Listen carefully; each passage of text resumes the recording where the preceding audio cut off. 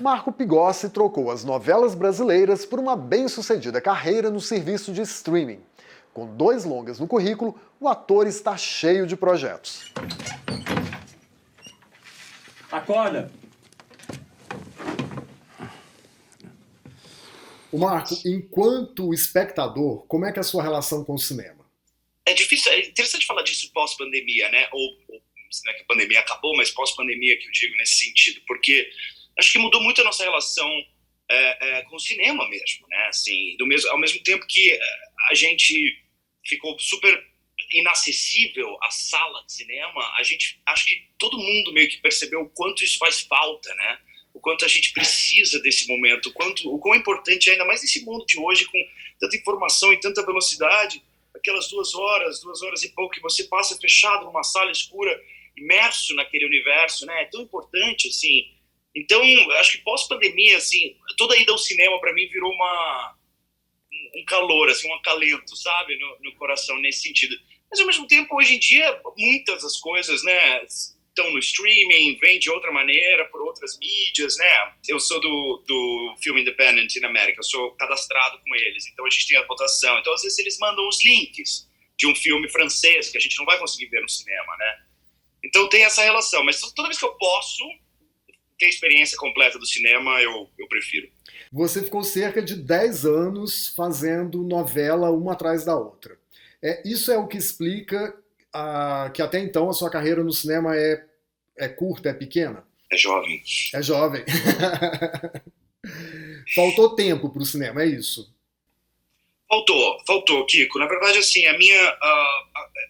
eu estava fazendo teatro, estava numa companhia de teatro, e eu comecei a trabalhar para a Globo em 2007. E em 2007, 2008, 2009, aí veio aquela questão que existia na Rede Globo do contrato fixo, né? Era um contrato de longo prazo, onde a gente tinha aquela exclusividade, né? Eu acho que nem sei se existe mais isso hoje em dia na Globo, eu acho que não. Mas acontecia aquilo, e foi uma coisa que foi acontecendo, assim, uma novela atrás da outra, um ano atrás da outra, e eu nunca tive tempo. Então, assim, minha agenda estava sempre cheia com as novelas. E isso foi me trazendo uma certa vontade de trabalhar outras mídias, trabalhar outros veículos, né, outros formatos, né. Então, em 2016, eu pedi um tempo para eles, eu pedi um ano entre uma novela e outra, que eu tinha feito, até lá eu tinha feito 9 novelas seguidas. Uau. Durante os 9 anos. Isso foi em 2016. Eu falei, gente, eu preciso me reciclar, eu preciso me renovar, eu preciso conhecer outras coisas, eu preciso fazer outras coisas. E aí foi esse ano que eu fiz os meus 2 primeiros longas, 2 primeiros e únicos filmes em 2016. Assim, por base, quanto serviço você faz no mês? Vamos falar da sua estreia, então, no cinema com o filme do Henrique Goldman, né, diretor de Jean Willis, que se chama O Nome da Morte. É um filme baseado numa história real, uma história absurda, né? Que é um pistoleiro que é responsável por quase 500 mortes, né? Me fala sobre esse personagem e sobre essa experiência. É uma história absurda, né? E eu acho que até por isso ela precisava ser contada de alguma maneira, né? O filme é baseado no livro do homônimo do Cléster Cavalcanti. Eu lembro que quando eu li esse livro, eu fiquei muito impactado, né, nesse sentido, porque para mim era uma violência tão crua, né, nesse sentido que eu lembro, eu comecei a pesquisar, eu fui para Hannah Arendt, a filosofia da violência, eu precisava entender a cabeça desse personagem, né. Eu lembro que eu conheci uma pessoa que de alguma maneira era relacionada com essa questão do matador de aluguel. E eu lembro que eu escutei uma frase que foi assim, o ser humano é um produto do meio onde ele vive. Nem vive, ele falou. O ser humano é um produto do meio onde ele vive. É igual um cachorro. Se ele é treinado para atacar, ele ataca. Se ele é treinado para não atacar, ele não ataca. E aí, naquele momento, assim, para mim, tudo desconstruiu, sabe? Eu tava buscando muito longe uma coisa que, na verdade, estava num lugar vazio, né? Então é isso, a história desse menino que começa, o tio é um grande herói da família, e ele comete o primeiro crime, comete o segundo crime, ele tem culpa, ele não se sente bem com aquilo, mas depois, quando ele está na vítima 400, ele parou de sentir.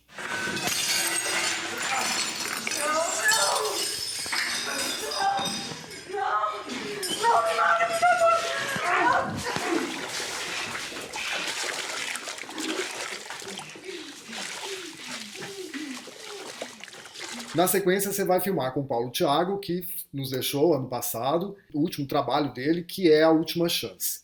É outro filme que se inspira em uma história real, e dessa vez é um presidiário que vira campeão de Muay Thai. Como é que foi essa experiência? Que lembrança que você guarda do Paulo Thiago? Saudoso, Paulo. Foi uma experiência tão bonita, porque A Última Chance, na verdade, ela veio primeiro. O projeto existiu primeiro que O Nome da Morte, né? O Paulo, eu já tinha conversado com ele, o Paulo já tinha me mandado o roteiro, a gente já estava conversando, e por uma questão de datas eu acabei filmando depois do Nome da Morte. Mas A Última Chance é um filme tão interessante porque ele entra num lugar um pouco mais tradicional de contar a história nesse sentido, né? A Última Chance é uma história de redenção, que é o oposto do que é O Nome da Morte, né? A Última Chance é uma história de uma pessoa recuperando o seu senso cívico, a sua civilidade, a sua oportunidade, e o que o acesso ou o que uma oportunidade não transforma a vida de uma pessoa, né? Então, eu lembro que trabalhar com o Paulo foi muito interessante nesse sentido. E o Paulo tem uma bagagem cinematográfica, né? Muito grande, muito valiosa, muito bonita, assim. Então, encontrar com ele, eu lembro naquele momento que eu estava, isso foi em 2016, né, ainda conhecendo um pouco de cinema e tentando a história do cinema brasileiro nesse sentido. Então a gente tinha conversas tão bonitas, e tão profundas e tão longas, né, sobre isso. Aí, campeão, sabe o que é isso aqui? Uma carta da Confederação Internacional convidando agora o campeão brasileiro Fábio Leão para disputar o título mundial na Tailândia. É isso mesmo, mestre? É isso mesmo? Vamos falar sobre a sua carreira no streaming. Você já participou de uma série australiana, uma série espanhola, uma série brasileira. Como você está sentindo assim, a grande diferença dessa janela, dessa plataforma para as outras? Eu acho que é isso, né? Na pergunta já está meio respondida, né? A chance de você conseguir fazer uma produção espanhola, fazer uma produção na Austrália, fazer uma produção no Brasil, sendo do Brasil, é uma coisa que só o streaming conseguiu fazer na história, né? E é muito interessante você conhecer o set, como ele funciona em outros lugares, e essa escola de atuação, são escolas de atuações diferentes, né? E tentar transitar nesse universo, assim. E fora a barreira linguística, que também é uma brincadeira interessante de você ultrapassar, entender, né? Uma coisa é quando a gente está criando um personagem, improvisando e falando na nossa língua, de repente quando você tem uma barreira linguística, né, de você passar o pensar ou entender a língua e mergulhar naquele universo daquele jeito, também é interessante para o ator, né? É muito legal, assim, de ter essa experiência. Esses projetos todos estão te colocando no mercado internacional. A pergunta é, Hollywood está nos seus planos? Claro, né? Agora, Hollywood é muito grande também, né? Tem o Hollywood Oscar e tem o Hollywood Produções Americanas Nacionais, né? Então, nesse lugar. Então, eu trabalhei em algumas coisas lá, fiz um piloto para uma série da NBC, que foi legal, mas acabou não rolando a série. Então, assim, esse lugar, né? Assim, que, sim, faz parte, né? Eu tô ali já, meio inserido nesse lugar e nessa luta, nessa batalha, mas não é o meu foco principal, né? Los Angeles acabou sendo a cidade que eu escolhi morar por várias razões, mas não é Hollywood o que me movimenta. O que me movimenta são bons personagens em qualquer lugar. Se eu tiver que, né, fazer uma série na Espanha, no México, na Austrália, contanto que eu consiga dominar a língua, é isso que me atrai, e bons personagens, né? Você ia rir da minha cara se me ouvisse falando assim. Mas a gente só acredita nas coisas quando a gente precisa. Você pensa em dirigir um filme? Cara, penso, sabia que... Olha! Mas eu acho que...